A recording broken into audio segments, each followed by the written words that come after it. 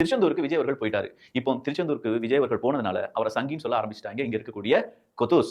அப்போ இந்த வன்னியரசு அவர்கள் சொல்வது என்ன அப்படின்னு பாத்தீங்கன்னா, நீ ஜோசப் விஜய் அப்படின்னு சொல்லி நீ அடையாளப்படுத்தினதே கிறிஸ்தவர்களுடைய ஓட்டை வாங்குவதற்கு தான். வன்னியரசு அவர்களே, அவருடைய பெயர் ஜோசப் விஜய். உங்களை மாதிரியோ அண்ணன் திருமாவளவன் அவர்கள் மாதிரியோ பெயரை மாற்றவில்லை என்பது குறிப்பிடத்தக்கது. இப்போ உங்களுக்கு ஒரு ஷாக்கிங்கான இன்ஃபர்மேஷனா இருக்கும். அப்போ உண்மையிலேயே திருமாவளவன் அவர்கள் பேர் திருமாவளவன் அவர்கள் இல்லையா அப்படின்னு கேட்டா இல்ல. அப்போ வன்னியரசு அவர்கள் அப்படிங்கிற பேர் உண்மையிலேயே வன்னியரசு கிடையாதுன்னு கேட்டா கிடையாது. அவங்களுக்குலாம் வேற பெயர் இருக்கு. இவங்க அரசியலுக்கு வந்த பிறகு இல்லாட்டி அரசியலுக்கு வரப்போறோம் அப்படின்னு தெரிஞ்ச பிறகு இவங்க என்ன செய்யறாங்கன்னா, அவங்களுடைய தாய் தந்தையினுடைய பெயர் எல்லாமே மாத்தி திருமாவளவன் அவர்களுடைய தந்தையினார் பேர் மாற்றப்பட்டிருக்கும். வன்னியரசு அவர்களுடைய பேர் பாத்தீங்கன்னா அது வேற. இது எல்லாமே மாத்தி மறுவுடன் நம்ம முன்னாடி வந்து நிக்கிறாங்க. நான் பொதுவானவன், நான் வந்து அந்த பக்கமும் போக மாட்டேன் இந்த பக்கமும் போக மாட்டேன், நான் பொதுவானவன் அப்படின்னு சொல்வதற்காக பொதுவான ஒரு பெயர்.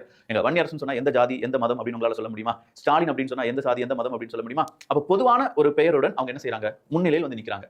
ஆனா இவங்களை பொறுத்த வரைக்கும் இவங்க பொதுவானவர்கள் அப்படின்னு கேட்டா கிடையாது. இப்போ நான் சொன்ன மாதிரி இவங்களுக்கு உள் ஒரு அஜெண்டா இருக்கு.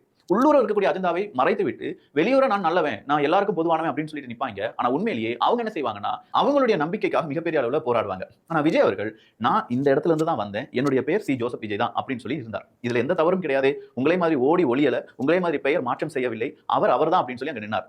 அவரா நின்னதற்கு பின்னாடி பாஜக தான் இருக்கு அப்படின்னு சொன்னீங்க பாத்தீங்களா? இந்த இடத்துல தான் எல்லா விஷயத்துக்கும் நீங்க பாஜகவை இழுப்பீங்க அப்படிங்கிறது எங்களுக்கு தெளிவா புரியுது.